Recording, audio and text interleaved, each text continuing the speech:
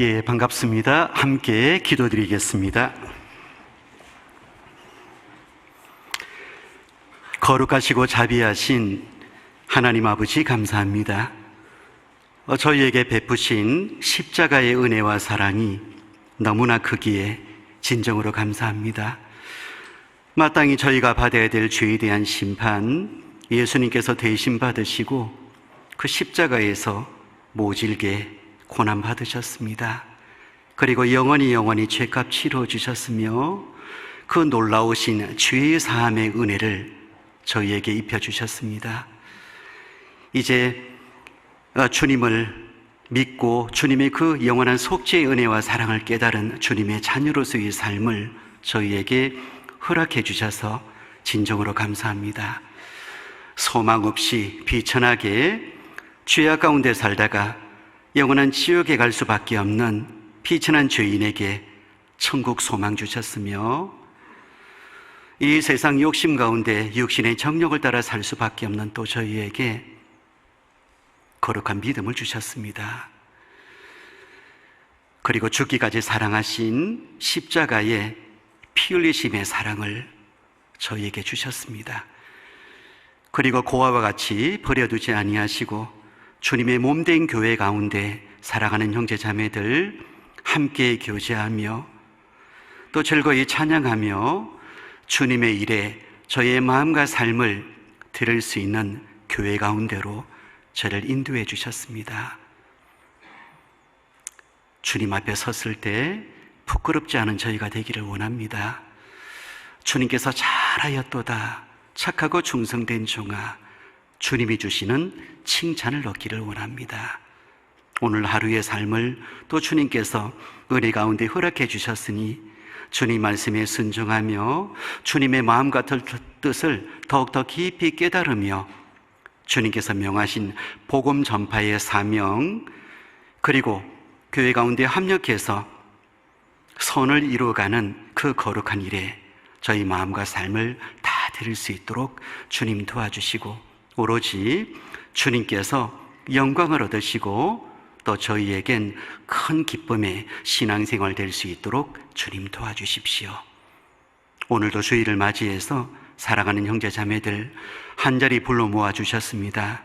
주님 말씀으로 교훈케 하시고 또 주님이 주시는 신령한 기쁨과 감사함과 은혜가 충만한 시간이 되도록 도와주시고 듣고 잊혀지는 말씀이 아닌 순종하는 말씀이 되도록 주님 도와주시고 더욱더 주님의 일에 힘쓰는 주님의 자녀로서의 삶을 힘있게 살아갈 수 있도록 주님께서 도와주십시오. 오늘 이 시간 시종 주님께서 주관하시고 혹시나 함께하지 못한 형제 자매들 병 중에 있든지 또 믿음의 시련 가운데 있든지 어떠한 상황 속에 있든지 함께하지 못하는 형제 자매들 주님께서 일일이 기억해 주시고 그 믿음을 마음을 붙잡아 주시고 또 굳건하게 그 어려움을 이겨나갈 수 있도록 도와주시고 함께 합력해서 주님 나라에 갈 때까지 주님의 거룩한 일에 하나 될 수 있도록 주님께서 도와주십시오. 오늘 이 시간의 모든 것, 인간의 생각이나 인간의 자랑이나 인간의 뜻이 아닌 하나님의 마음과 하나님의 뜻, 그리고 하나님께 영광을 돌리는 귀한 교훈의 시간 되도록 시종 주관해 주시기를 원합니다. 이 시간에 모든 것 주님께 의지합니다. 저희를 죄악 중에서 건져주신 예수님 이름으로 기도드렸습니다. 아멘. 우리 성경 찾아보겠습니다. 고린도 후서 4장 7절입니다.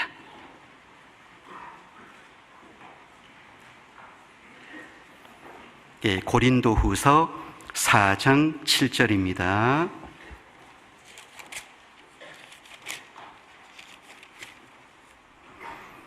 예, 4장 7절 신약성경 289페이지입니다. 고린도후서 4장 7절 제가 읽어보겠습니다. 우리가 이 보배를 질그릇에 가졌으니 이는 능력의 심히 큰 것이 하나님께 있고 우리에게 있지 아니함을 알게 하려 함이니라. 예, 반갑습니다. 인사드립니다. 저는 진주교회에서 온 남석현입니다. 저는 1990년 8월 30일 부산교회에서 구원함을 받았고요. 신앙생활하면서 이후에 음성교회에 있을 때 대전교회 자주 다녀갔었습니다.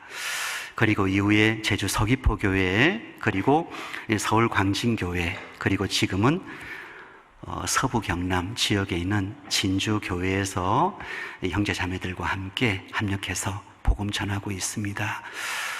한 10여 년 조금 더 된 것 같은데요. 그때 서귀포교회에 있을 때 대전교회에 또 주일날 다녀갔던 기억이 있습니다. 깜짝 놀랐습니다. 왜냐하면 대전교회가 너무 많이 또 크게 하나님께서 함께 하셔서 복음의 역사를 이루어 주셨고, 더욱더 큰 교회로, 그리고 정말 주님께 영광을 돌리는 아름다운 교회로 주님께서 또 함께 하시고 세워가시는 모습을 보게 해주셔서 진정으로 감사합니다. 그리고 또 외적으로도, 내적으로도 그렇겠지만 외적으로도 정말 많이 달라진 것 같습니다.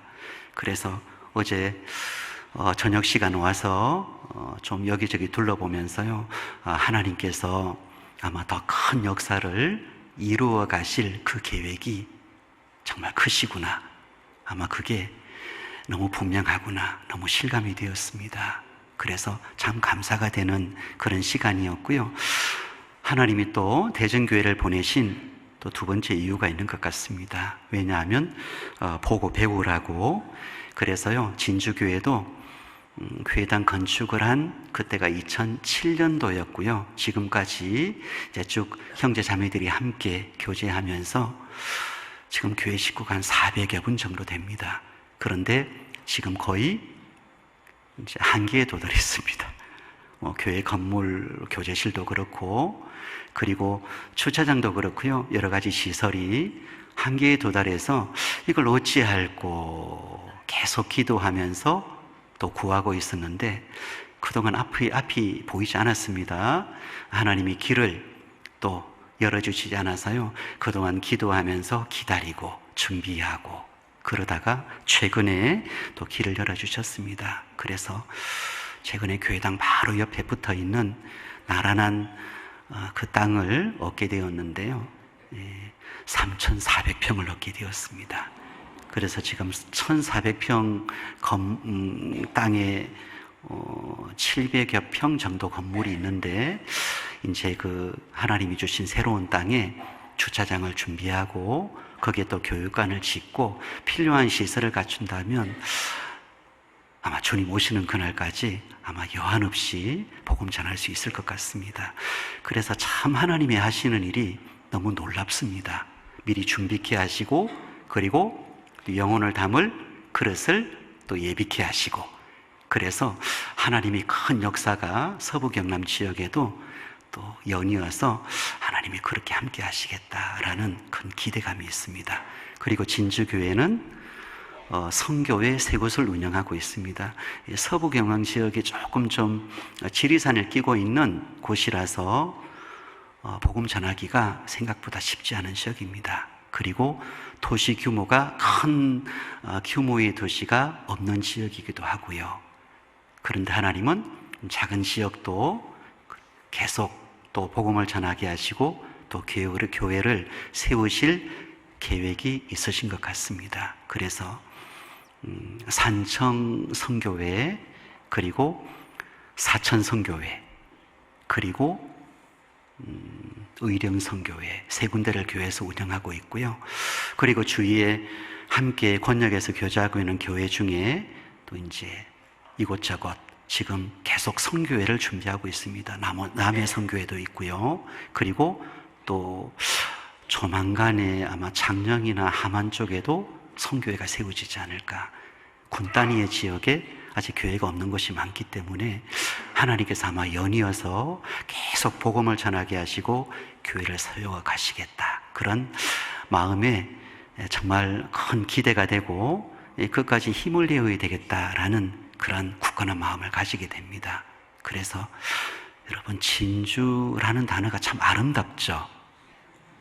성경에 보면요, 진주라는 단어가 부정적으로 쓰인 예가 없습니다.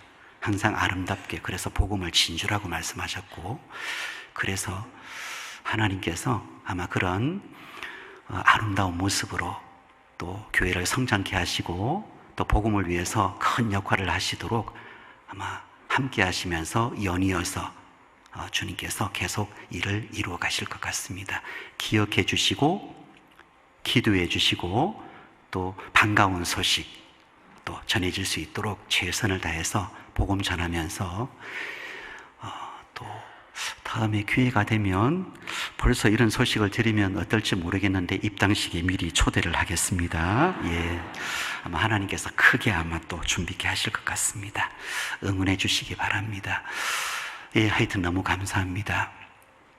우리가 신앙생활을 정말 잘해야 됩니다. 왜냐하면 주님께서 십자가에 피를 쏟아주신 그 은혜와 사랑이 너무나 크기에 그렇습니다. 항상 그걸 기억해 봅니다.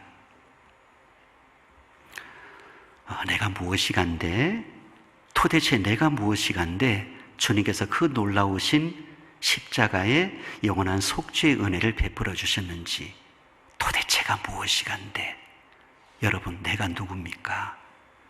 이 세상 태어나서 욕심 가운데 살다가 결국 심판받고 지옥 갈 수밖에 없는 비천한 죄인이잖아요. 그리고 내가 나 스스로를 생각해도, 나를 바라봐도 마음에 들지 않습니다. 인간적인 마음으로 생각해봐도 도무지 정말 죄악 가운데 멸망당할 수밖에 없는 그런 부끄러운 인생을 살아가고 있는 것이 바로 우리의 모습이잖아요.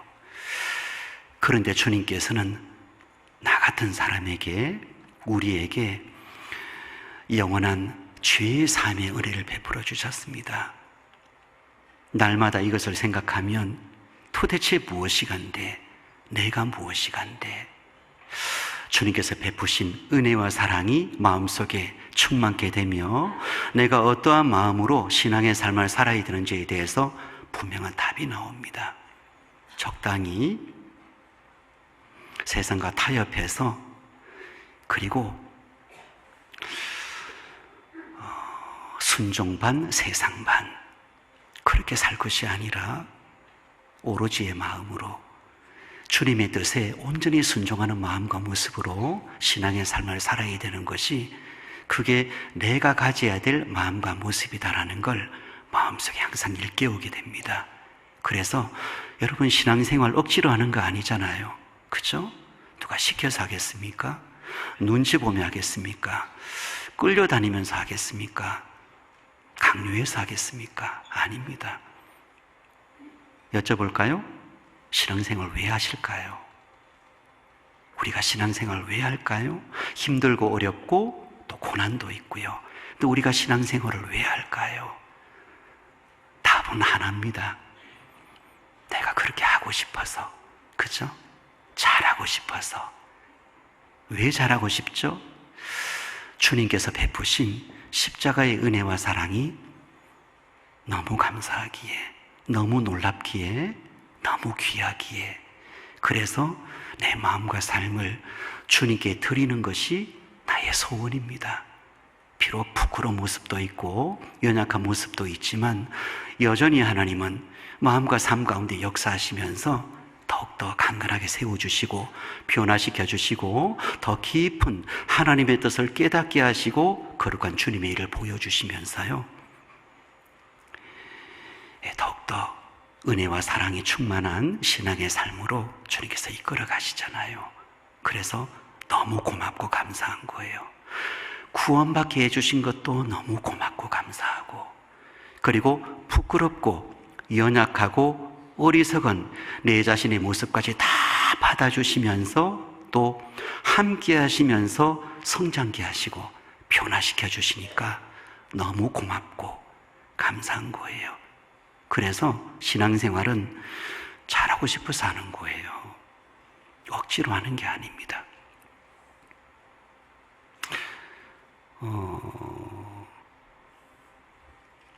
우리 청년들은 아직 실감을 못할 것 같습니다. 최소한 50대 이상 지나면 이 세상에 실제 이제 좀 긴 연수의 삶을 살았기 때문에요, 진짜 깨닫습니다. 실감나게 깨닫습니다. 이 세상에 어느 것에도 소망 둘 것이 없구나. 100% 깨닫습니다.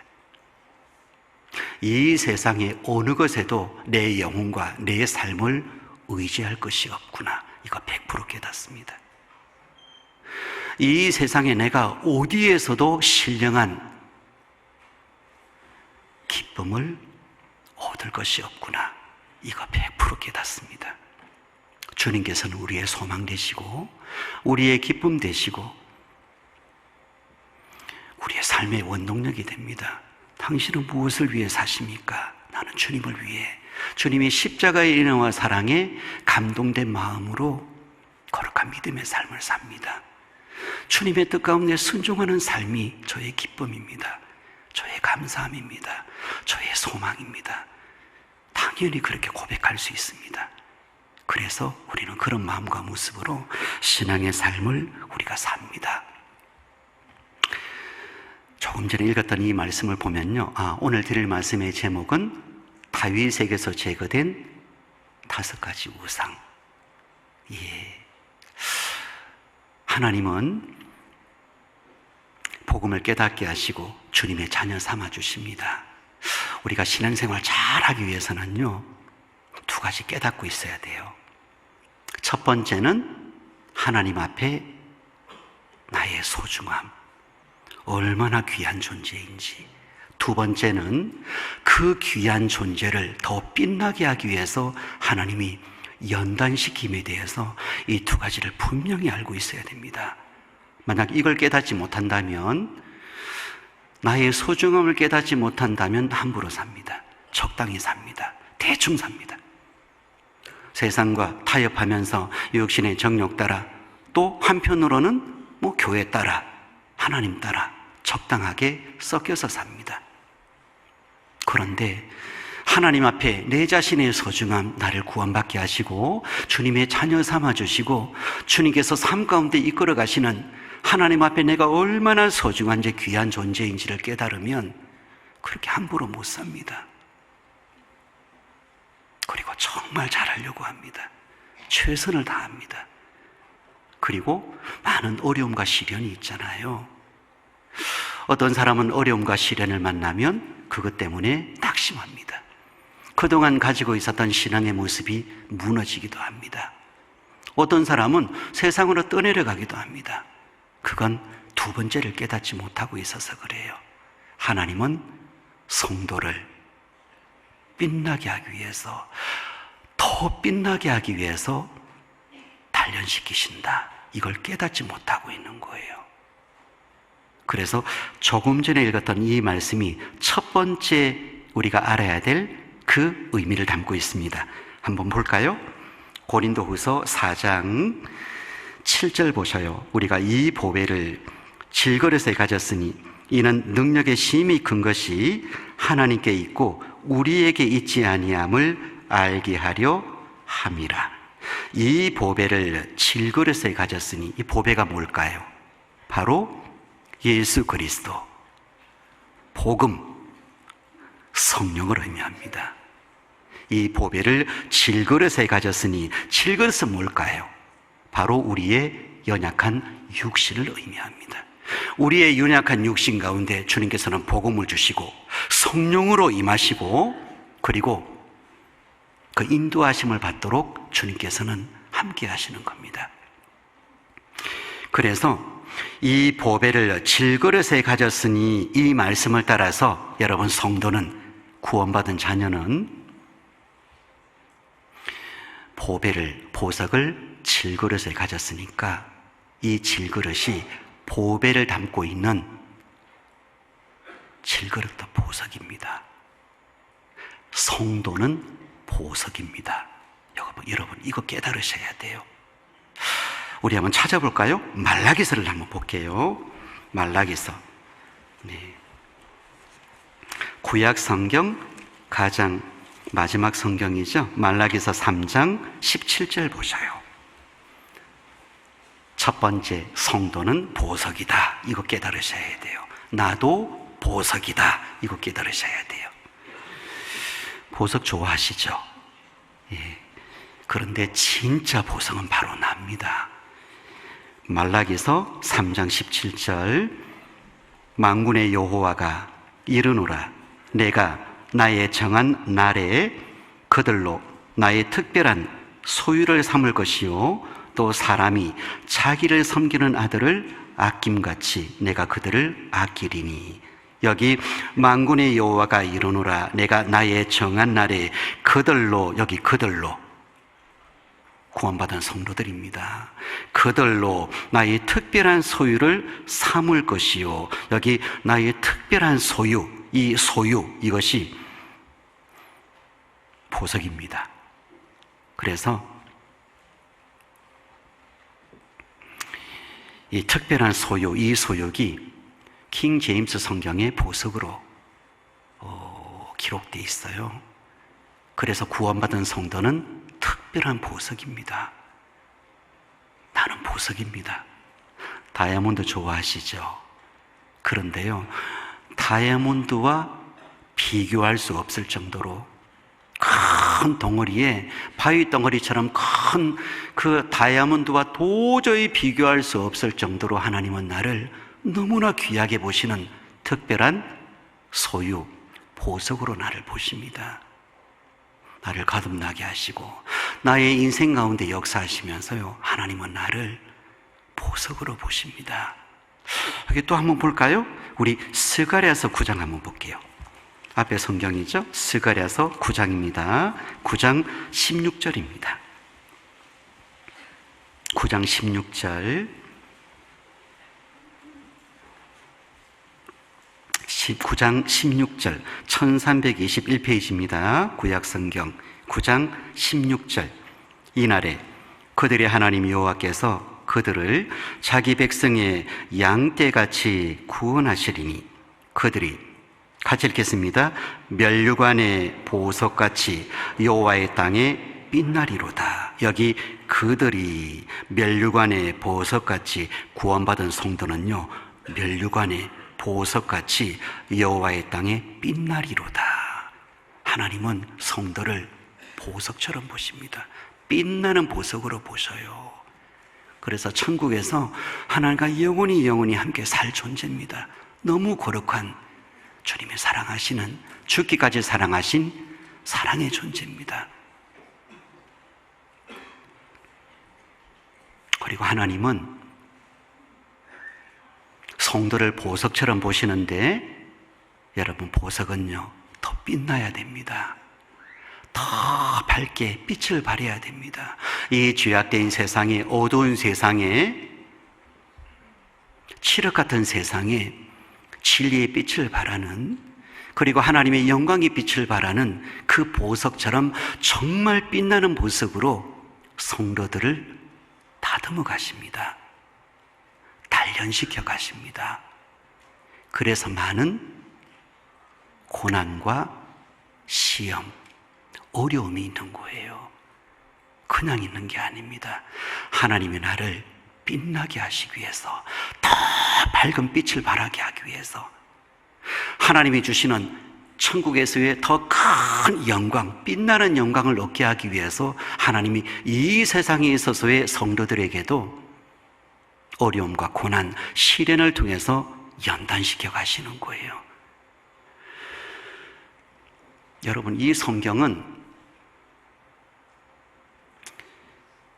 인류 역사는 하나님의 작품 전시회의 현장입니다.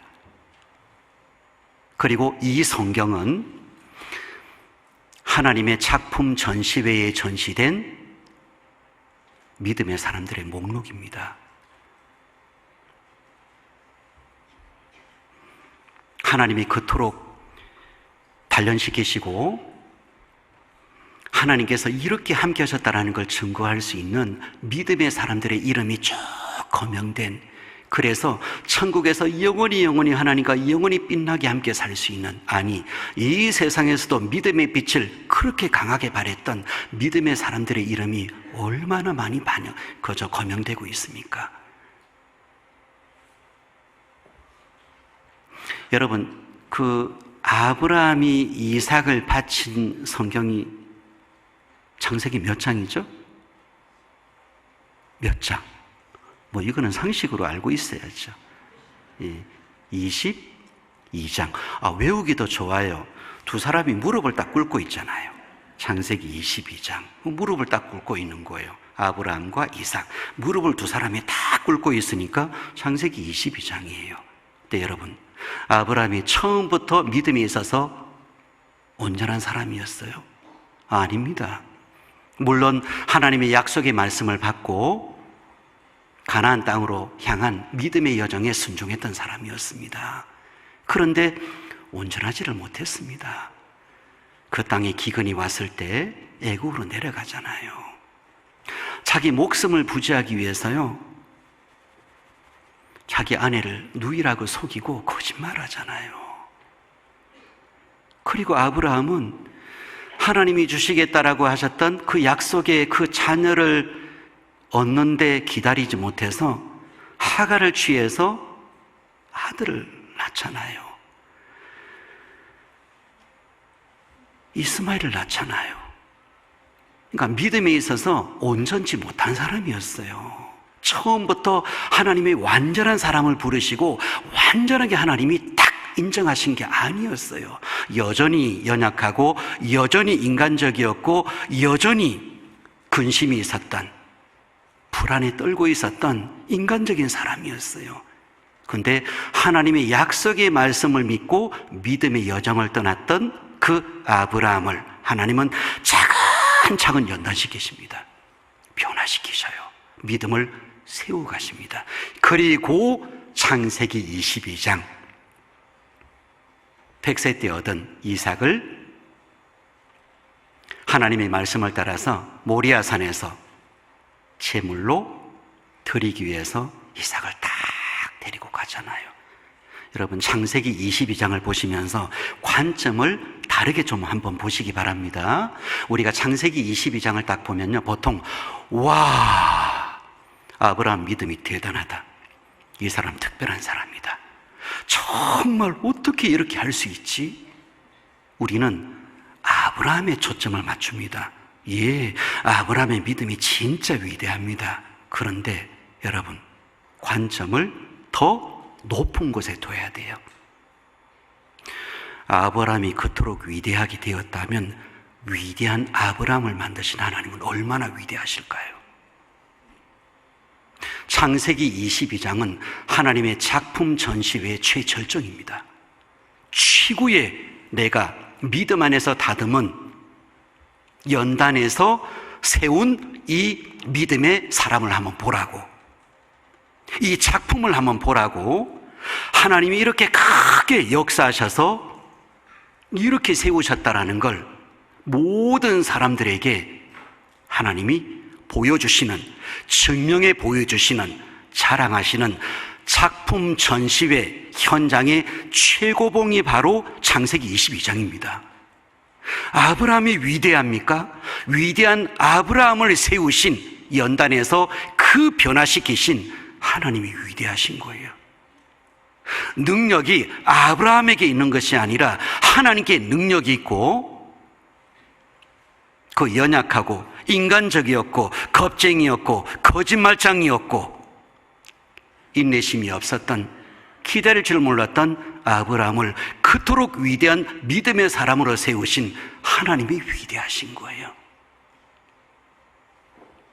아브라함도 위대하지만 위대한 하나님을 만드신 그 하나님의 위대함은 훨씬 더 큰 거예요.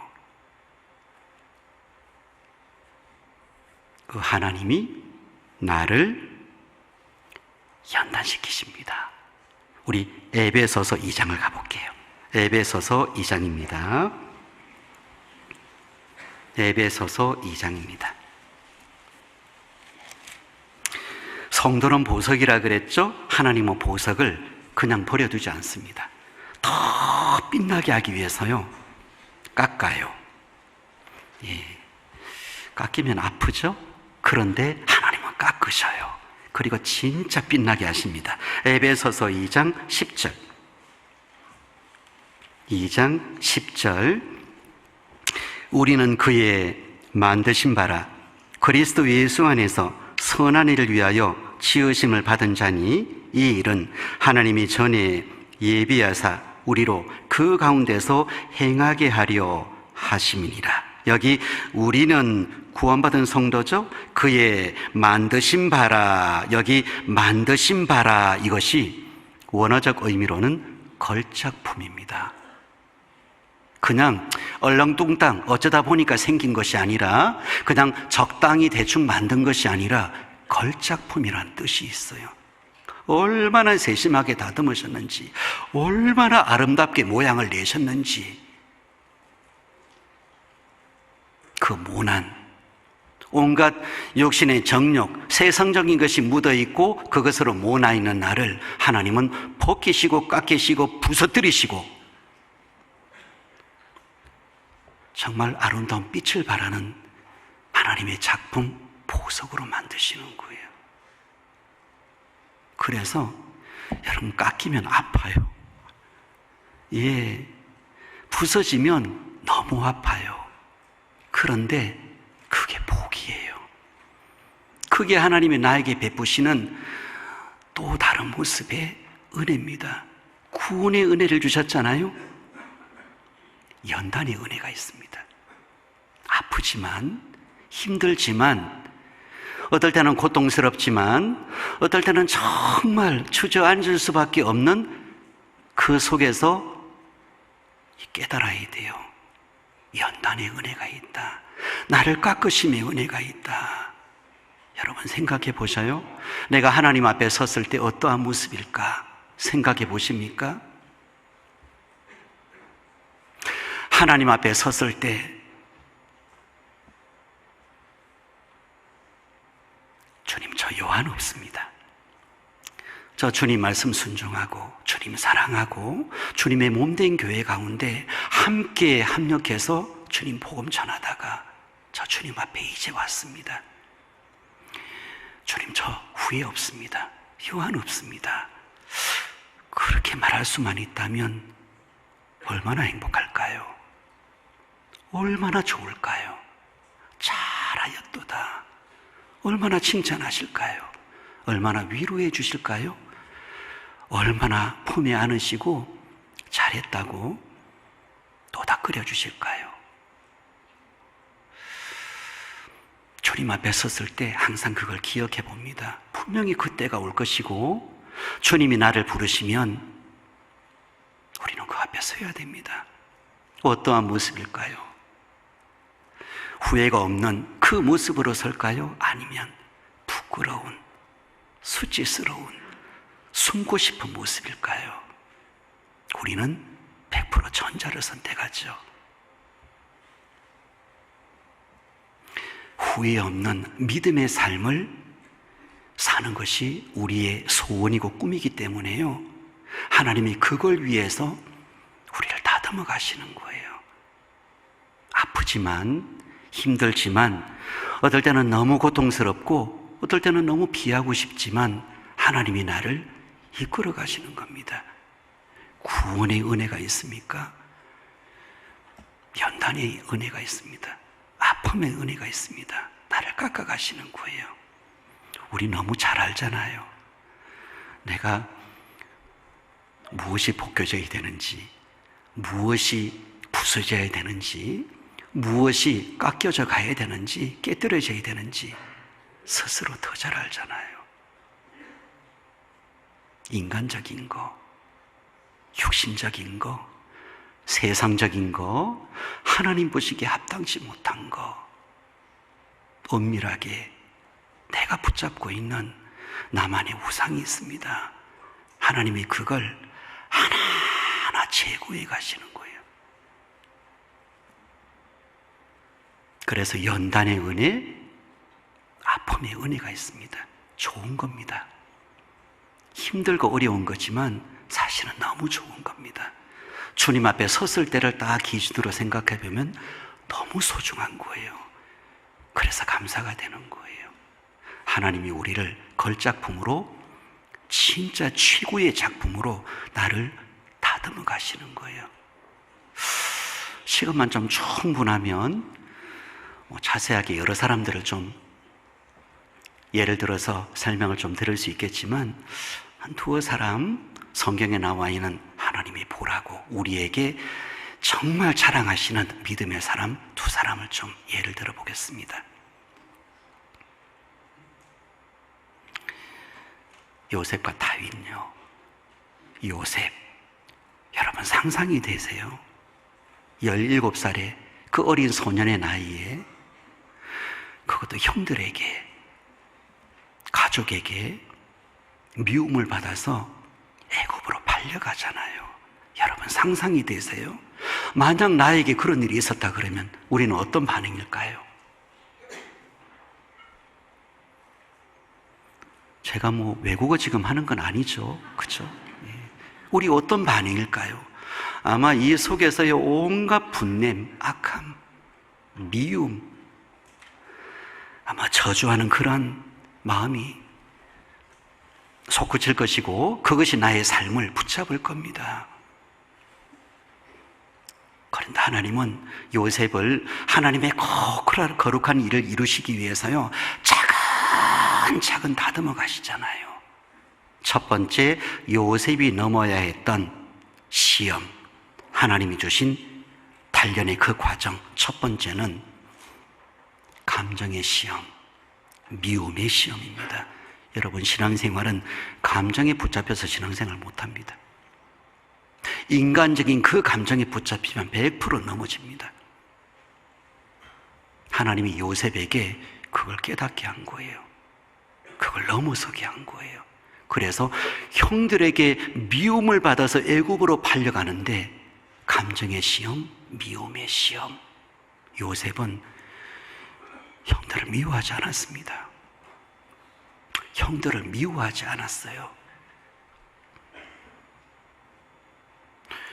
어떻게 그걸 미워하지 않지? 어떻게 그게 가능할까? 하나님께 맡기면 미움도 내려놓을 수 있습니다. 하나님께 맡기면 미움도 딱 내려놓을 수 있습니다. 감정도 이겨낼 수 있습니다. 요셉이 하나님의 걸작품으로 귀하게 쓰임을 얻는 첫 번째 과정, 시험, 미움의 시험, 감정의 시험을 거친 거예요. 요셉은 이걸 이겨낸 거예요. 하나님께 맡겼습니다. 두 번째는요, 애굽의 시위 대장 보디발의 집에서요, 가정 총무로 생활하잖아요. 그 아버지 집에서 그렇게 사랑을 받으면서 채색 옷을 입어서 얼마나 그 가족들의 아버지의 사랑을 얻었는지 모릅니다. 그런데 순식간에 팔려가서 애굽에서 가정 총무로 비참하게 생활하는 거예요. 비천함의 시험요. 그 좋은 것을 누리며 사랑을 얻었던 그 모습에서 이제는 가장 비천한 종의 처지로 떨어졌죠. 비천함의 시험요. 얼마든지 낙심할 수 있고 얼마든지 그 자리에 주저앉을 수 있어요. 그런데 요셉은 그래도 주님 바라봤습니다. 그 비천한 상황, 자기의 처지 중에서도 하나님을 바라봤습니다. 여러분, 진짜 하나님의 믿음을 단련시켜가는 과정은, 요셉이 당했던 과정은 우리의 삶 속에서도 여전히 유효합니다.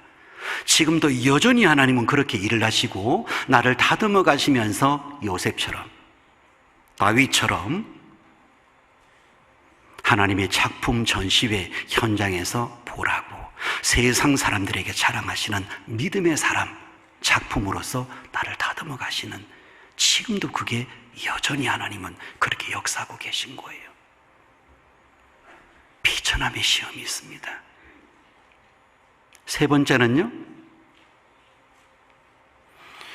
포디발의 그 아내가 요셉을 유혹해서 동심을 하려고 그러잖아요.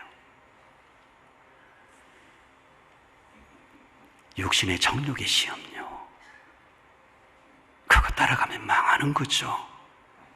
근데 요셉은 옷을 집어 벗어 던지고요, 순식간에 도망가 버립니다. 예, 요셉은 그 육신의 정욕, 그 시험에 붙잡힐 수 없었습니다. 하나님 앞에 절대 범죄할 수 없었습니다. 그래서 그 자리를 피합니다. 육신의 정욕의 시험요. 근데 누명을 뒤집어 쓰죠. 강제로 겁탈하려고 했다라는 누명을 뒤집어 쓰고 감옥에 2년 동안 갇힙니다. 오해의 시험, 기다림의 시험. 여러분, 이게 상상이 되실까요? 누명을 뒤집어 쓴 거예요. 아닌데 누명을 뒤집어 썼어요. 2년 동안 감옥에 갇혔습니다. 얼마나 마음이 고통스러웠을까요? 오해의 시험, 기다림의 시험. 기다립니다. 하나님이 이 오해를 풀어주실 것, 하나님이 이 일을 통해서 하나님의 뜻이 이루어지기를 바라고, 그리고 이 감옥에서 정말 하나님이 요셉에게 보여주셨던 그 꿈이 이루어지기를 기다리는 인내의 시간이었습니다. 2년 동안. 그 과정이 있잖아요. 드디어 바로의 꿈을 해석해 주면서 애굽의 총리 대신으로 세워집니다.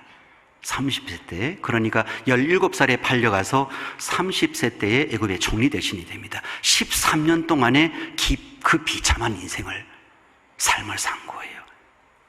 참, 하나님은 정말 위대한 작품을 만들기 위해서요, 그 과정을 거치게 하셔요.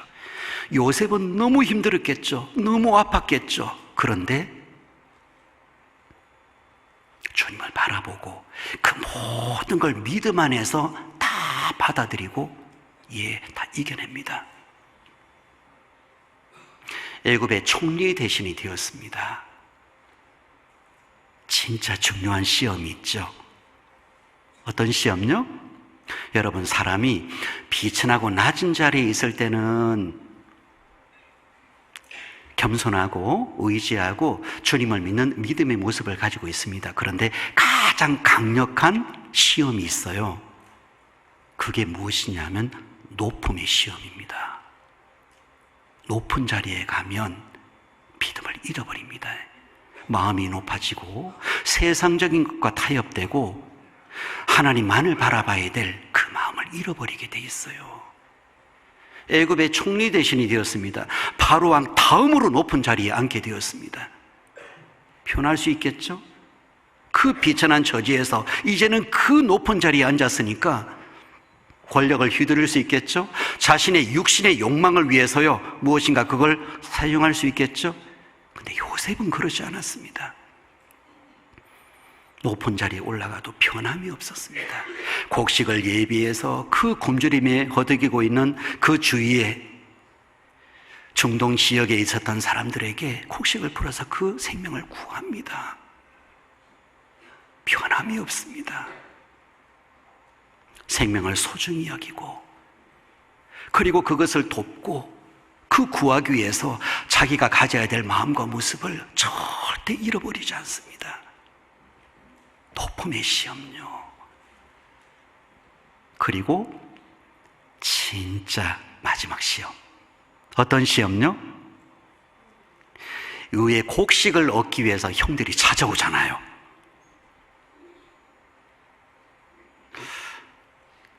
지금 알아듣고 계신 거죠? 예. 너무 반응이 없어서. 그죠? 곡식을 얻기 위해서 형들이 찾아오잖아요. 자, 우리 같으면요. 예. 양팔 걷어붙이고 잘 만났다. 아마. 원수를 갚자. 아마 이를 벌렸을지도 모르겠습니다. 그런데요, 요셉은 용서의 시험요. 용서의 시험. 형들을 용서합니다. 예. 그 그 모진 인생 가운데 큰 고통을 끼쳤던, 그 결정적인 역할을 했던, 자신을 위해서 팔아넘겼던 형들에 대해서 원한의 마음을 갖는 게 아니었어요. 하나님의 뜻을 이루기 위한 과정이었다고. 오히려 형들을 위로합니다. 이 형들이 그 죄책감에 붙잡혀 있어서 괴로워하는 걸 헤아리고 그 형들의 마음을 위로해 줍니다. 참 놀랍습니다. 보세요. 요셉이 위대하죠. 그런데 그 과정을 통해서 요셉을 정말 위대한 믿음의 사람, 예수 그리스도의 모형으로 딱 만드신 하나님은 얼마나 위대하실까요?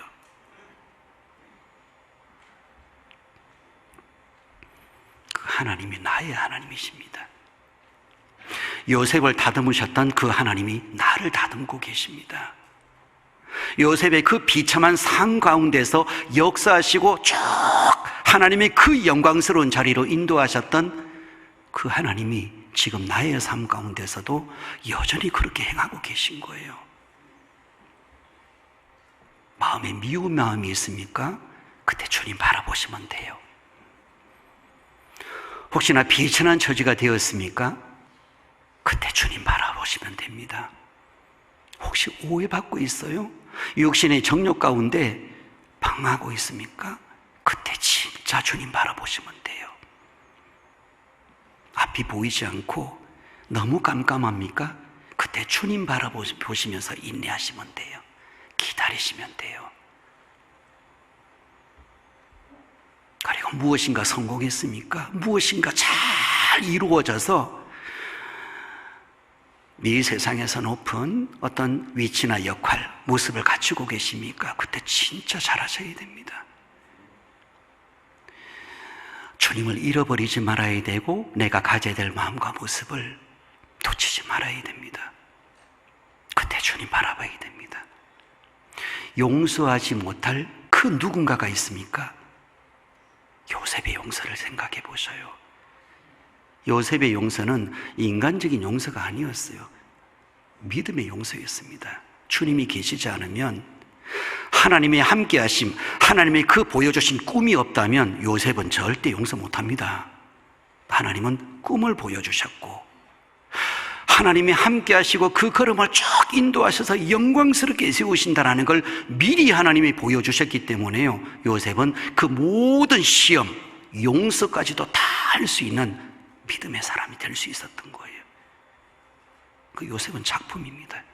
최고의 걸작품입니다.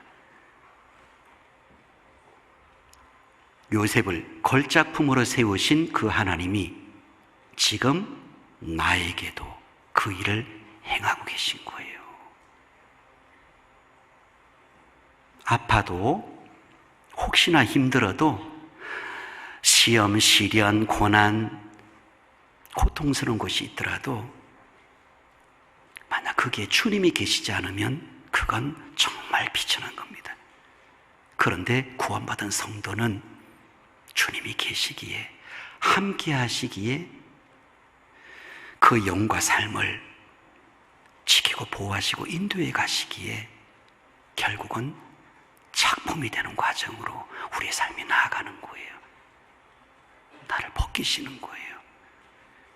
그래서 고마운 겁니다. 아파도 감사하고 힘들어도 감사하고 내가 어찌할 줄 모르는 그 자리에서도 내 영혼을 지키시고 걸음을 인도하시는 주님이 진짜 고마운 거예요. 우리 시편 66편 한번 가볼게요.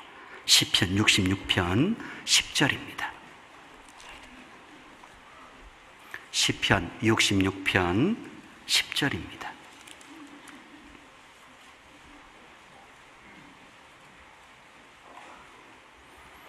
(66편) 10절부터 12절입니다. 시편 66편 10절부터 하나님이여 주께서 우리를 시험하시되 우리를 단련하시기를 은을 단련함같이 하셨으며 우리를 끌어 그물에 들게 하시며 어려운 짐을 우리 허리에 두셨으며 다른 사람들로 우리 머리 위로 타고 가게 하셨나이다. 우리가 불과 물을 동행하였더니 주께서 우리를 끌어내사 풍부한 곳에 들이셨나이다. 하나님은 우리를 가만 안 두셔요. 그러니까 이거 깨달으셔야 돼요. 진짜 신앙생활을 잘하려면 하나님이 나를 가만 안 두신다. 나를 빛나게 하기 위해서 나를 다듬으신다. 그래서 그 다듬는 과정이 아프고 힘든 거예요. 그런데 작품이 되는 거예요. 하나님이 자신 자랑하시는 최고의 걸작품이 되는 과정을 내가 겪고 있는 거예요. 그래서 우리를 단련하십니다. 그냥 가만 안 두셔요. 가만 두면 여전히 구원은 받았겠지만 이 세상에서 빛을 발하지 못하겠죠. 하나님은 빛나게 하기 위해서 그 과정을 두시는 거예요. 그래서 너무 감사하잖아요. 다윗도 똑같습니다. 제가 서두에 이제 요셉에 대해서 좀 말씀을 드렸는데요. 다윗도 위대한 다윗, 내 마음에 합한 자다 라고 말씀하실 정도로 정말 믿음의 왕이었습니다. 그런데 다윗도 작품입니다. 하나님의 작품, 기가 막힙니다. 성경에 하나님의 작품이 아닌 게 없어요. 모든 사람이 전부 다 작품입니다. 아브라함도 작품이죠. 이삭도 작품이고, 야곱도 작품이고, 요셉도 작품이고, 욥도 작품이고. 베드로 한번 보세요. 베드로는요, 3번이나 예수님을 부인하면서 도망가 버렸잖아요. 멀찌감치 있으면서요. 예수님이 잡혀가실 때 도망까지 가고, 어떻게 되나 멀찌감치 지켜보면서요. 3번이나 부인했잖아요. 3번째는 처주하면서 예수님을 부인하잖아요. 그 성질 급했던, 그 도망갔던, 그리고 부인했던 그 베드로가, 여러분 베드로 전후서의 주제가 뭘까요? 고난 가운데의 인내. 그게 베드로 전후서의 주제입니다. 그 성질 급했던, 그 겁쟁이였던, 도망갔던, 부인했던 베드로가 그렇게 바뀐 거예요. 복음을 깨닫고 주님과 동행하면서 주님의 선하신 손길에 완전히 바뀌어버린 거예요. 베드로가 고난 가운데 인내를 성도들에게 전하고 있잖아요. 인내할 것을. 작품입니다. 작품. 베드로도 작품이고 바울도 작품이고, 예수님을 죽이는데 앞장섰던, 예수 믿는 사람들을 핍박하는데 앞장섰던 그 바울이 처음에는 사울이었잖아요. 스데반을 돌로 쳐 죽이는데 앞장섰던 그 사울이 다메섹으로 가서 다메섹에 있는 예수 믿는 사람들을 핍박하고 그 일에 앞장섰던 그 사울이 다메섹으로 가다가 예수님을 뵙잖아요. 그 음성을 듣잖아요. 그리고 목이 잘려 죽는 그 순교의 자리까지 나아가는 믿음의 사람이 되잖아요. 하나님이 그 삶 가운데, 영혼 가운데 함께 하시면서 완전히 작품을 만들어 가시는 거예요. 여러분, 나도 작품입니다. 나도 하나님의 다듬어 가셔요. 어떤 분은요, 나는 제외. 아니에요. 구원받은 성도는 하나님은 전부 다 다듬어 가십니다. 그 중에 다윗 한번 볼까요? 하나님이 다윗을 얼마나 다듬으셨는지. 우리는 보통 다윗 그러면 처음부터 위대한 믿음의 사람, 처음부터 하나님의 마음에 합한 사람. 예. 그런데 다윗도 인간이었잖아요. 그래서 간음죄, 살인죄까지 짓는 인간적인 모습을 보여주고 있잖아요. 근데 다윗도 하나님이 만들어 가시는 작품의 그 과정, 시험의 과정을 쭉 거치게 되었어요. 자, 한번 볼까요? 사무엘상 19장 한번 가볼게요. 사무엘상 19장.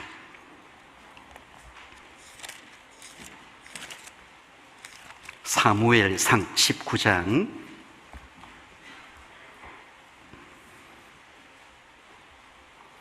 구약 성경 441페이지입니다. 사무엘상 19장 8절. 8절부터 10절. 사무엘상 19장 8절부터 10절입니다. 예, 제가 읽겠습니다. 전쟁이 다시 있으므로 다윗이 나가서 블레셋 사람들과 싸워 그들을 크게 도륙하매 그들이 그 앞에서 도망가니라. 사울의 손에 단창을 가지고 그 집에 앉았을 때 여호와의 부리신 악신이 사울에게 접하였으므로 다윗이 손으로 수금을 탈 때에 사울이 단창으로 다윗을 벽에 박으려 하였으나 그는 사울의 앞을 피하고 사울의 창은 벽에 박힌지라. 다윗이 그 밤에 도피하매.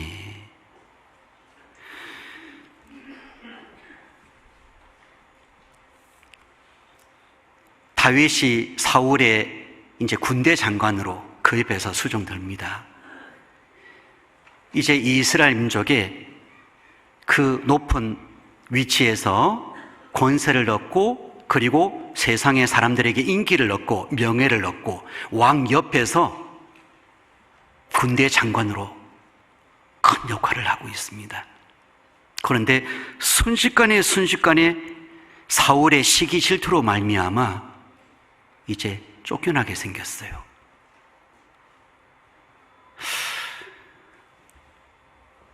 다윗의 죽인 자는 만만이요 사울의 죽인 자는 천천이라고 사람들이 다윗을 더 인정하고 높이죠. 사울의 마음속에 시기 질투가 났습니다. 그래서요 그 시기 질투의 마음이 이제는 다윗을 죽이려고 뒤쫓는 모습까지 쭉 이어지잖아요.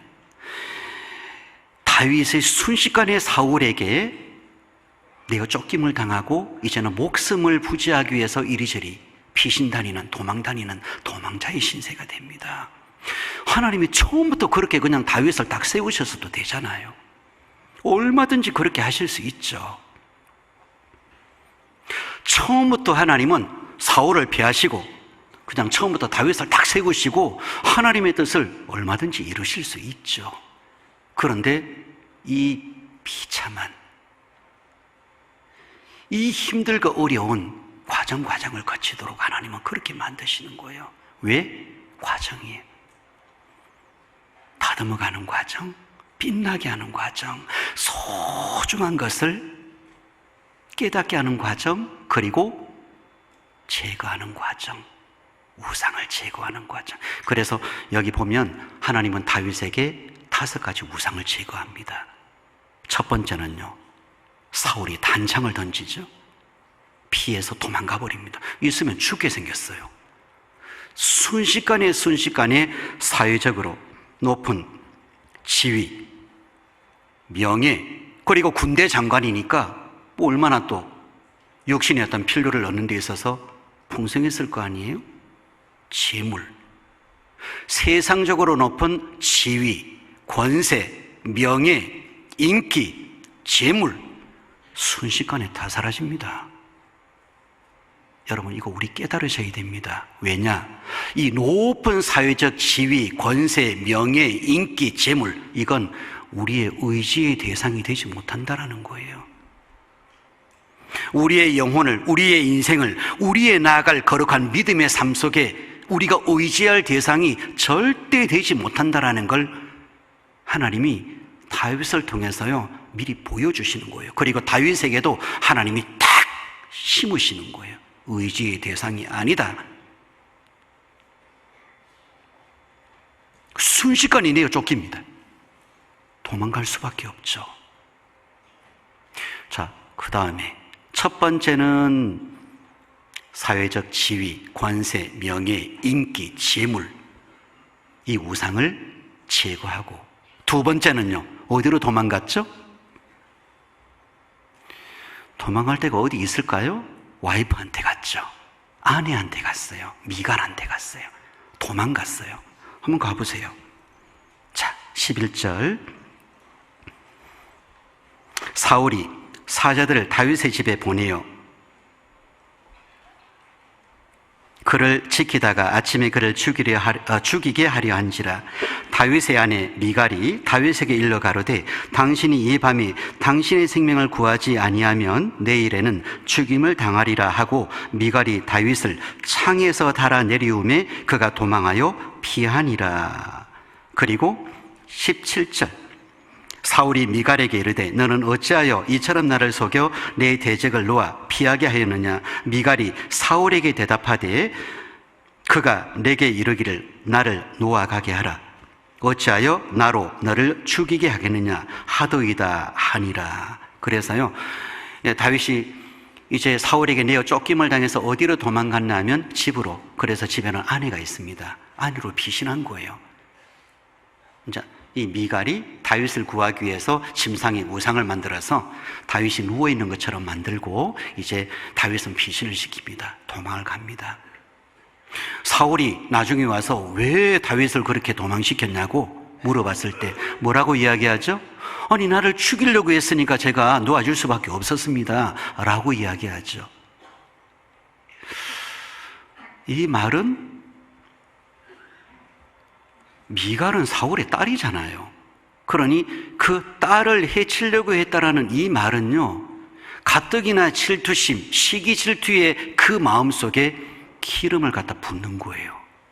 이 사울 왕의 마음속에 이 다윗을 더 마음속에 죽이려고 하는 마음에 기름을 갖다 붓는 거예요.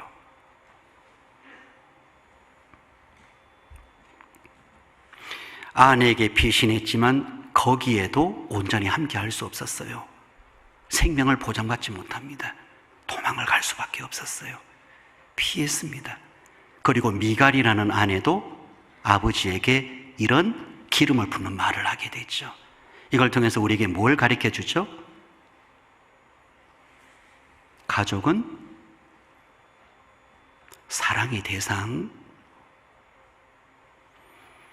동력의 대상은 되지만 의지의 대상은 안 되는 거예요. 내 영혼, 내 인생을 지켜주는 대상은 아닌 거예요. 남편은, 아내는, 부모님은, 자식은 사랑의 대상이에요. 그리고 함께 인생을 살아가면서 함께 믿음 안에서 돕는 역할은 가능하겠지만 절대 의지의 대상은 되지 못한다라는 거예요. 그래서 아내 미갈에게도 함께하지 못했습니다. 여기에서 도망쳤어야 돼요. 그 다음에 어디로 도망갔을까요? 선지자였던 사무엘에게 도망갑니다. 한번 가볼까요? 18절, 다윗이 또 피하여 라마로 가서 사무엘에게로 나아가서 사울이 자기에게 행한 일을 다 고하였고 다윗과 사무엘이 나요스로 가서 거하였더라. 그리고 20장 1절, 다윗이 라마 나요스에서 도망하여 와서 요나단에게 이르되 내가 무엇을 하였으며 내 죄악이 무엇이며 내 부친 앞에서 나의 죄가 무엇이간데 그가 내 생명을 찾느뇨. 이게 다윗이 사무엘 선지자에게 간 거예요. 그리고 거기에서 생명의 그 안전을 얻으려고 했습니다. 그런데 거기에서도 안전을 보장받지 못합니다. 사울이 다윗을 잡으러 계속 라마 나옳 거기에 사제를 보내는데 이제 하나님의 신이 임해서요 계속 예언을 하죠. 3번이나 보내는데 계속 하나님의 신이 임해서 예언을 하게 됩니다. 사울도 직접 갔는데 사울이 종일 종냐 벌거벗은 몸으로 옷을 벗고 예언을 합니다. 이게 계속 심상치 않은 거예요. 그래서 다윗은 그곳에서도 계속 사무엘과 함께 생명을 보장받지 못할 것 같아서 이제는 도망 나옵니다. 자, 여기에서 우리가 어떤 교훈을 얻을 수 있죠?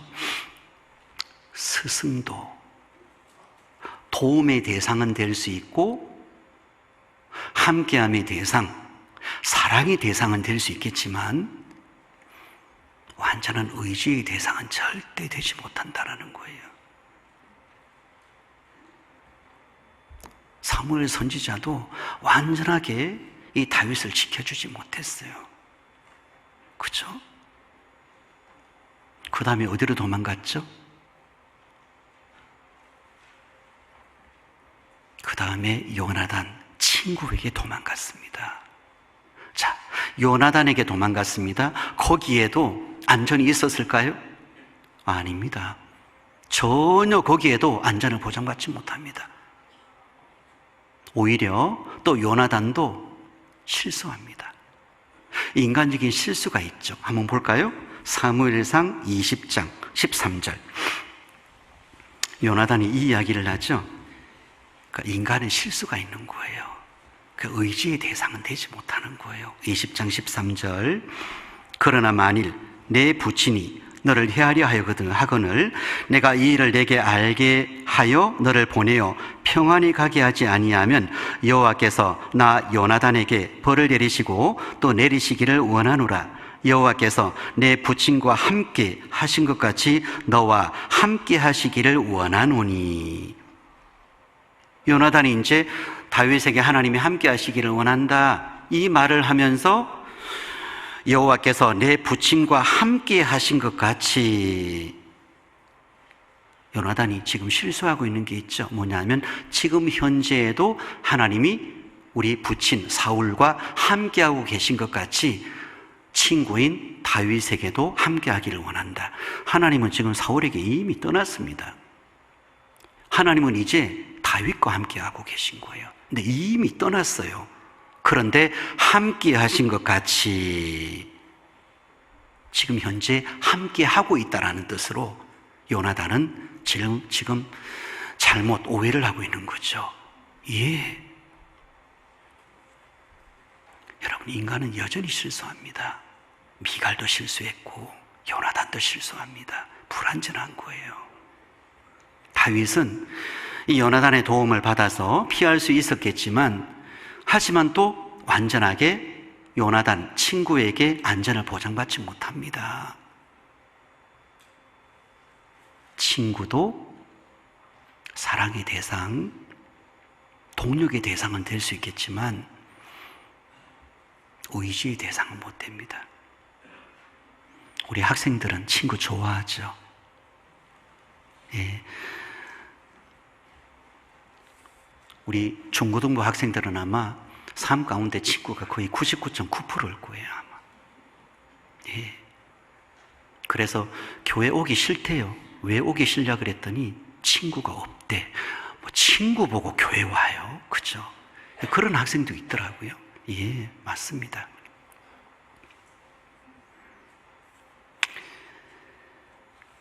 친구도 함께 믿음의 걸음을 걸어가는 동력자의 대상은 될 수 있겠지만, 그리고 서로 사랑을 주면서 위로해주고 함께 걸어가는 믿음의 귀한 친구로서의 역할은 가능하겠지만 진정한 의지의 대상은 절대 되지 못합니다. 그리고 하나님이 최후로 다윗의 마음속에 제거하신 것이 있어요. 무엇일까요? 한번 가볼까요? 이게 제거가 돼야 돼요. 그래야 신앙생활 진짜 걸작품이 될 수 있어요. 21장 10절 한번 가보세요. 다윗이 이제 생명을 건지기 위해서 지금 이곳으로 가잖아요. 피신하잖아요. 21장 10절. 예, 그날에 다윗이 사울을 두려워하여 일어나 도망하여 가드 왕 아기스에게로 가니 아기스의 신하들이 아기스에게 고하되 이는 그 땅의 왕 다윗이 아니니까 무리가 춤추며 이 사람이 이를 창화하여 가로되 사울의 죽인 자는 천천히요 다윗은 만만히로다 하지 아니하였나이까 한지라. 다윗이 이 말을 그 마음에 두고 가드 왕 아기스를 심히 두려워하여 그들의 앞에서 그 행동을 변하여 미친 채 하고 대문짝에 그적거리며 침을 수염에 흘리매 아기스가 그 신하들에게 이르되 너희도 보거니와 이 사람이 미치광이로다. 어찌하여 그를 내게로 데려왔느냐? 내게 미치광이가 부족하여서 너희가 이 자를 데려다가 내 앞에서 미친 짓을 하게 하느냐? 이 자가 어찌 내 집에 들어오겠느냐 하니라.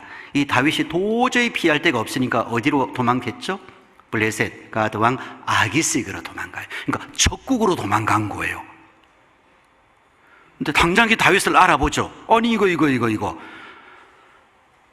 다윗의 죽인 자는 만만이요, 그 다윗이 아니냐고 알아봅니다. 이제 목숨을 또 잃을 지경이 되었습니다. 큰일 났습니다.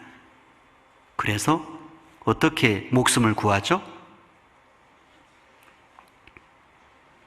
미친 채합니다. 참, 아마 이 지혜도 진짜 하나님이 주신 것 같아요. 미친 채합니다. 미친 채. 수염을 그적거리고 침을 흘리면서 막 미친 채합니다. 그랬더니 이 가드 왕이 깜짝 놀랐겠죠. 어디 미친 사람이 부족해서 나에게 이 미친 자를 데리고 왔냐고, 내어 쫓으라고. 그래서 내어 쫓김을 당합니다. 미친 채합니다. 하나님이 다윗에게 제거한 우상들이 여러 가지죠. 첫 번째는 사회적 지위, 권세, 명예, 인기, 그리고 재물. 첫 번째로 제거하셨죠. 두 번째는 가족이라는 우상을 제거한 거예요. 세 번째는 스승이라는 우상을 제거한 겁니다. 네 번째는 친구라는 우상을 제거한 거예요. 다섯 번째는요, 제일 강력한 우상, 내 속에 숨어있는 우상, 절대 건드리면 일이 벌어지는 우상. 어떤 우상일까요? 자존심. 자존심이라는 우상. 여러분, 신앙생활 하는데 이거 치명적입니다. 내가 어떤 사람인데, 뭐 어떤 사람은 죄인이 구원받은 사람이죠. 어떤 사람이기는요. 내가 얼마나 대단한 사람인데 뭐가 대단합니까? 용서받은, 구원받은 주님의 자녀일 뿐인데요. 자존심요. 그게 있으면 여러분 신앙생활 망칩니다. 우리가 있어야 될 자리, 십자가의 자리, 내가 절대 떠나지 말아야 될 자리, 떠나지 말아야 될 자리, 무덤의 자리, 예수님이 들어가신 무덤의 자리, 내가 절대 잊어버리지 말아야 될 자리, 절대 지켜야 될 자리, 부활의 자리, 섬김의 자리, 희생의 자리, 사랑의 자리. 그 자리를 떠나면 안 되는 거예요. 근데 그 자리를 떠나지 않기 위해서 반드시 제거되어야 될 우상이 뭐냐 하면 자존심이라는 우상입니다.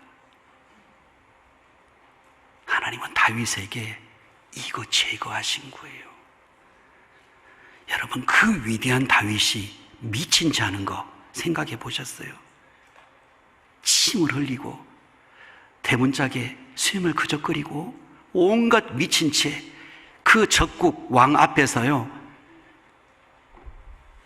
비친 모습을 연기를 해야 되는 거예요. 얼마나 비참합니까?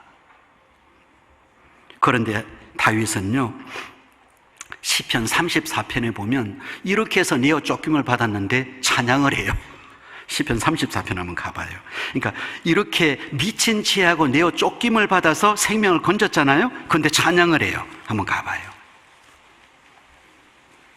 34장 시편 34편 1절부터 3절 보셔요. 이게 자존심이 제거된 사람은 찬양할 수 있습니다. 그런데 자존심 붙잡고 살아가는 사람은 절대 찬양 못합니다. 34편 1절부터 내가 여호와를 항상 송축하며 그를 송축함이 내 입에 계속하리로다. 내 영혼이 여호와로 자랑하리니 공고한 자가 이를 듣고 기뻐하리로다. 나와 함께 여호와를 광대하시다 하며 함께 그 이름을 높이세. 내가 여호와께 구하매 내게 응답하시고 내 모든 두려움에서 나를 건지셨도다. 이 34편이 이제 작은 글씨로 혹시 적혀 있나요?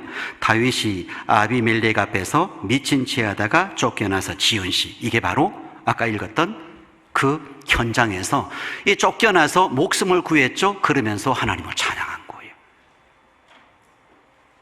여러분, 자존심이 있으면 교회 가운데 신앙생활 하면서, 아니 믿지 않은 사람들과의 그 안에서 믿음 지키면서 주님께 찬양 못합니다.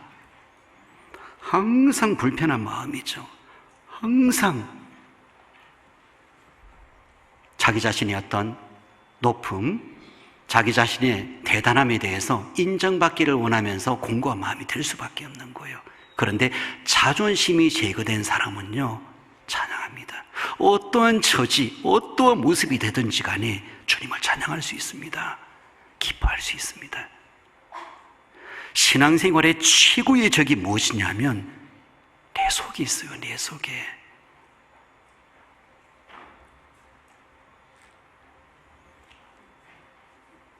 네가 부서져야 됩니다. 두상을 내쫓아야 됩니다.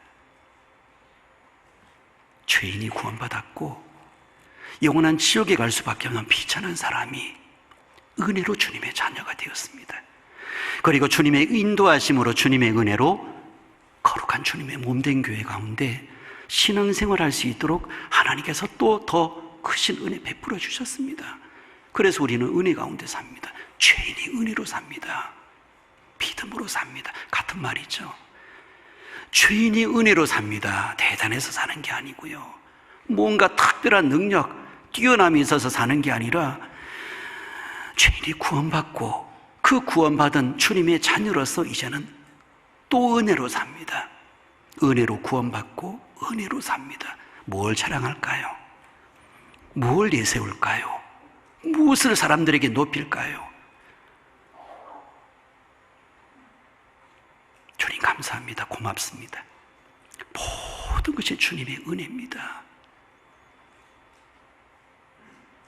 내가 내 속에 들여다보면 자랑할 것이 요만큼도 없어요.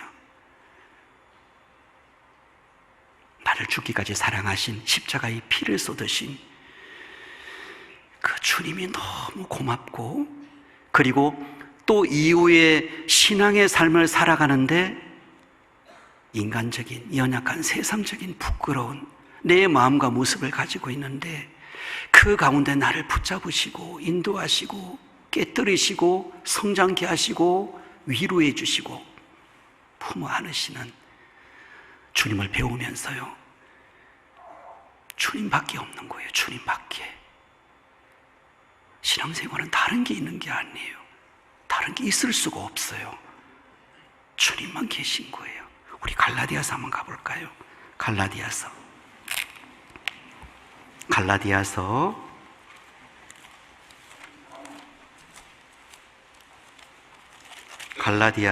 6장 14절입니다. 갈라디아서 6장 14절입니다. 309페이지입니다. 신약성경 갈라디아서 6장 14절. 자, 우리 같이 읽어보겠습니다. 그러나 내게는 우리 주 예수 그리스도의 십자가 외에 결코 자랑할 것이 없으니 그리스도로 말미암아 세상이 나를 대하여 십자가에 못 박히고 내가 또한 세상을 대하여 그러하니라. 결코 우리 주 예수 그리스도의 십자가 외에는 결코 자랑할 것이 없으니 내가 뭘 자랑할까요? 아무것도 자랑할 게 없어요. 나의 높은, 나의 권세, 명예, 인기, 나의 재물, 이거 자랑할 거 없어요.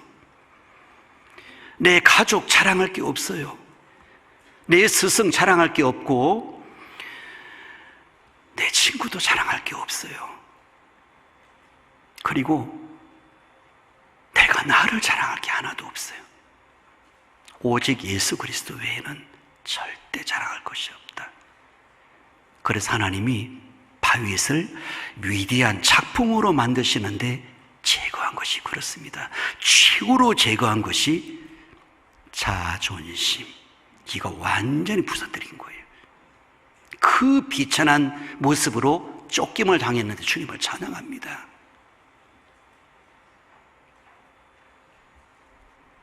그래서 위대한 다윗이 되는 거예요. 가볼까요? 사무엘상 또 돌아가 보세요.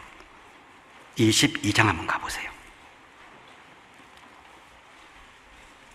22장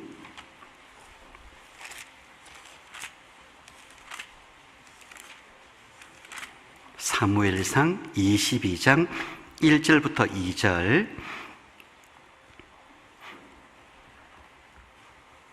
22장 1절부터 2절. 그러므로 다윗이 그것을 떠나 아둘람 굴로 도망하며 그 형제와 아비의 온 집이 듣고는 거리로 내려가서 그에게 이르렀고 환난당한 모든 자와 빚진 자와 마음이 원통한 자가 다 그에게로 모였고 그는 그 장관이 되었는데 그와 함께한 자가 400명 가량이었더라. 이제 다윗에게 사람들이 모입니다. 근데 모이는 사람들이 굉장히 좀 특별하죠. 그 형제와 아비의 온 집이 듣고는 거리로 내려가서 그에게 이르렀고 가족들이 다 모입니다. 우상이 제거된 사람에겐 사람들이 모입니다. 우상이 있는 사람들에겐 사람들이 멀어져요. 떨어져요. 그런데 우상이 제거된 사람에겐 하나님의 사람이 모입니다. 보이게 하셔요. 그리고 2절, 환난당한 모든 자와 빚진 자와 마음이 원통한 자가 다 그에게로 모였고, 좀 특별한 사람들이 모이죠. 환난당한 모든 자, 빚진 자, 마음이 원통한 자. 어떻게 다윗에게 모이죠? 다윗이 알거든요. 그 삶 가운데 그런 과정을 거쳐서요, 이제는 다윗이 그걸 알거든요.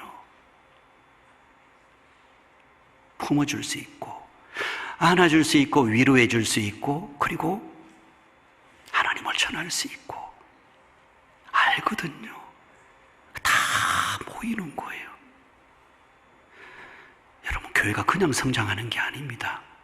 나의 삶 가운데 구원받은 성도들이 함께 점점 더 많은 숫자가 모이는 게 그냥 이루어지는 게 아닙니다.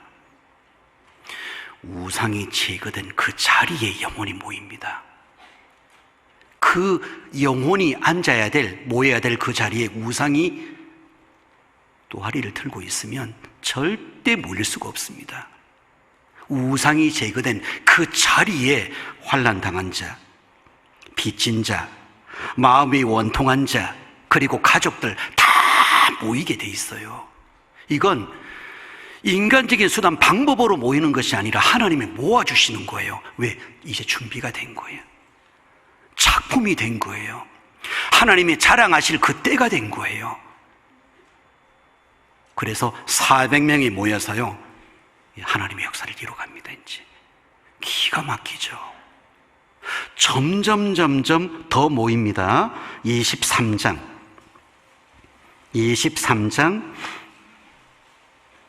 13절 보셔요. 다윗과 그의 사람 600명 가량이 일어나 그일라를 떠나서 갈 수 있는 곳으로 갔더니 다윗이 그일라에서 피한 것을 혹이 사울에게 구하매 사울이 가기를 그치니라. 여기 다윗과 그의 사람 몇 명요? 600명. 400명에서 600명으로 늘어났죠. 그러니까 점점 늘어나는 거예요. 우리의 삶 가운데도 하나님은 우상을 제거하시기 위해서 많은 과정을 두십니다. 힘들고 아프고 고통스러울지라도 그게 우상이 제거되는 과정이에요. 그리고 결국은 거기에 영광스러운 영혼들로, 영원히 함께 할 수 있는 사람들로 하나님이 채우십니다. 그래서 고마운 거예요. 그래서 진짜 감사한 거예요. 주님 앞에 섰을 때 저는 가끔씩 생각해 봅니다. 제가 특정 영화를, 저는 영화도 잘 안 보는데요, 볼 일도 없고요, 볼 것도 없어요. 그런데 그 국제시장이라는 영화는 이제 신앙적으로 좀 의미가 있어서 그래도 한번 본 적이 있어요. 국제시장에, 거기 첫 영상에 국제시장에 막 이렇게 또 어떤 분은 또 영화 홍보하는구나 오해하지 마십시오. 거기에 저기 거제교회에 있는 자매님 한 분이 거기에 출연을 하셨어요. 그래가 물건 사러 갔는데 거기 찍힌 거예요. 그래서 저기 내가 있어요 그러는 거예요. 그래서 보니까 진짜 있어요. 어이구, 배우가 되셨네 그랬어요. 그런데 그 영상이 그 이제 스토리가 참 마음에 깊이 생각하게 만들어요. 6.25 시절 때 이제 피난을 가는 과정이 첫 영상으로 나와요. 아버지가 아들, 딸, 아이들의 손을 붙잡고 이제 함흥 그 부두에서 이제 그 피난을 갑니다. 철수를 하는데요. 근데 배를 타는데 아이들 손을 놓쳐요. 그 어린 아이들 손을 놓쳐서 이제 아버지하고 헤어지게 되죠. 그 아이는 이제 부산에 원래 가려고 했던 친척집 국제시장 거기로 온 거예요. 아버지를 기다립니다. 얼마나 비참하게 생활했을까요? 그 전쟁통에. 그리고 부모를 잃어버리고 이제 그렇게. 그 여동생도 헤어져서 이제 이후에 만나지를 못하고요. 그러다가 그 주인공이 점점 성장해서 이제 뭐 월남전 전쟁에도 가서 죽을 고생을 하고 불구자가 되고 또 독일의 탄광 거기에 광부로 가서 또 죽을 고생하고 그 과정이 쭉 그려져요. 그런데 이제 그 친척집이 운영하고 있었던 국제시장의 그 상가를 이제 본인이 인수하게 되고 그리고 주위에서 이걸 재개발해야 된다고 하는데 절대 내어놓질 않아요. 안 된다고 그래요. 사람들이 막 손가락질을 내요. 이기적이라고. 자기밖에 모른다고. 그런데 나중에 그 속마음을 이야기를 하죠. 아버지 기다리고 있는 거예요. 아버지가 여기 만나기로 했는데 그 6.25 때 잃어버렸던 그 아버지가 여기에서 만나기로 했는데 이걸 만약 재개발하고 하면은 만날 곳을 잃어버리잖아요. 기다리고 있는 거예요. 그러다가 머리가 백발이 됩니다. 이제 개발을 하라고 허용해 주고요. 이후에 여동생도 미국에 입양을 가 있는 여동생도 이산가족 찾기로 이거 다 스포해 주면 재미가 없는데 그렇죠? 만나게 됩니다. 그리고 이제 가족들이 다 후손들이 모여서 같이 집안에서 막 즐겁게 노래하면서 막 같이 즐거운 시간을 보내고 있는데 그 주인공이 이제 혼자 조용하게 이제 안방으로 들어오죠. 들어왔더니 사진이 있습니다. 아버지 그 사진, 가족 사진이 있습니다. 그리고 그 사진이 있는 거기 자리에 앉아서 이제 거울 속에 그 아버지의 모습을 이제 보게 되죠. 그 자기는 예전에 비난 갈 때 어린 아이의 모습으로 바뀌고 그리고 그때 헤어졌던 아버지가 그 거울 속에 나타나요. 그러면서 안아주잖아요.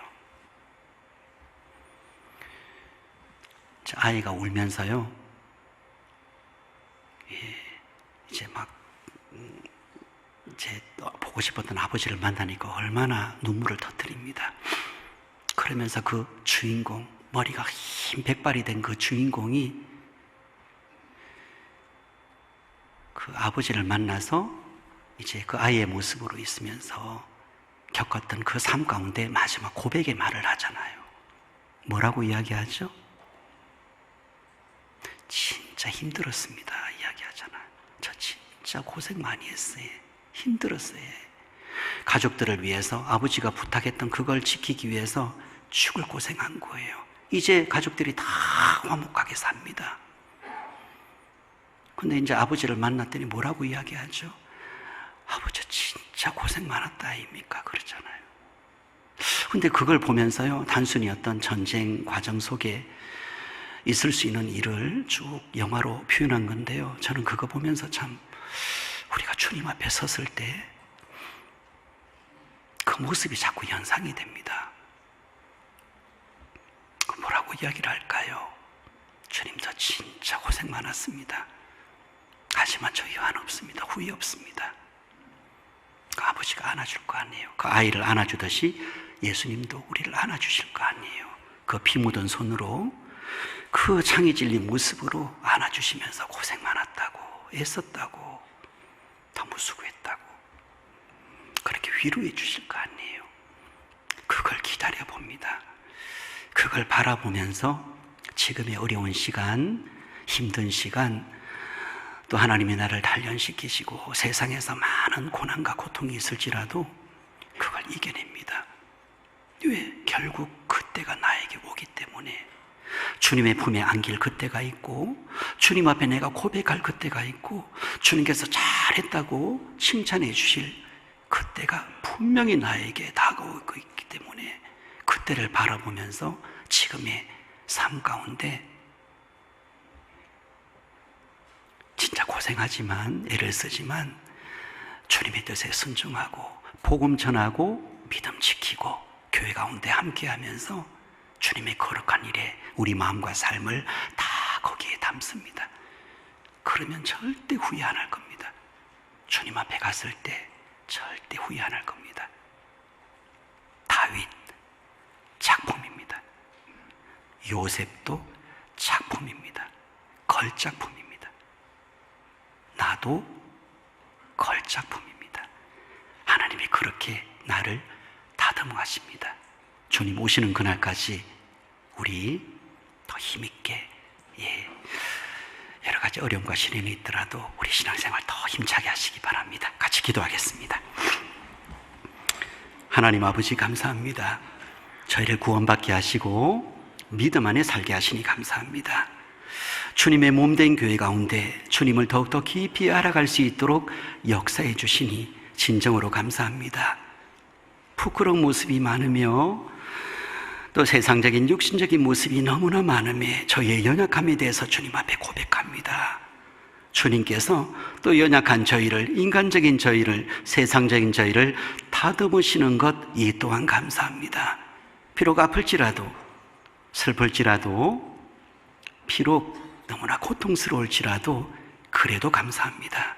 주님 함께 하셔서 저희의 영혼, 저희의 삶 가운데 주님 역사하시고 주님께서 원하시는 다윗 같은, 요셉 같은, 아브라함 같은 믿음의 사람으로 세워주시고 저희가 온전히 주님 바라보며 순종으로 나아갈 수 있도록 주님만을 바라보며 믿음으로 은혜 가운데 살아갈 수 있도록 주님 도와주시고 주님 앞에 섰을 때 후회 없는, 유한 없는 믿음의 삶을 살도록 주님 이끌어 주시기를 바랍니다.